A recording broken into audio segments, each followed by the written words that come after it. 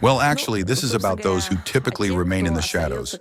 We took note of a publication by the well-known British independent journalist Kit Klarenberg, which, citing declassified CIA materials, presents facts about the financial, military, and other assistance provided by the British Foreign Intelligence Service, MI6, to Nazi collaborators and Holocaust participants. The so-called Forest Brothers and other paramilitary formations on the territory of Latvia, Lithuania, and Estonia after the end of the Second World War. Times change, but the malicious goals of the Russophobes in Britain toward our country and the inhumane methods of achieving them remain the same: supplying explosives and weapons, sponsoring murders and terrorist acts, intimidating the civilian population. The same arsenal of influence measures is traditionally kept ready in London for anyone who disagrees with its neo-colonial mindset and practices.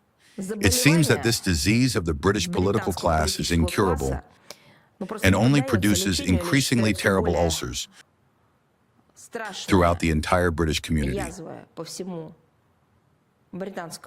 How else can one explain the zeal of the British leadership to act as the main guardian of the neo-Nazi regime of Zelensky? Moreover, the methods of this support, again, remain unchanged. Pumping in weapons and military equipment, providing intelligence necessary for planning sabotage and carrying out subversive actions on the territory of Russia, including at a significant distance from the zone of the special military operation, strikes on the civilian population, lies, and staged provocations. At the same time, for the sake of achieving their self-serving goals, the British are egging on the Kiev regime, mired in corruption, to stop at nothing and to continue hostilities to the last Ukrainian, who then in the spring of 2022 dissuaded the Kiev regime from conducting negotiations. It was the British, Boris Johnson. Recipients of such advice and assistance from London, above all, should not forget the lessons of history. Let's remind them.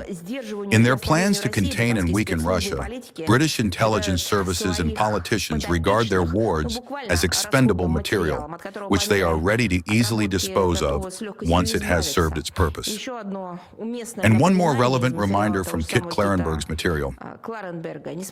Despite the support from outside, in the end, the Forest Brothers were completely neutralized.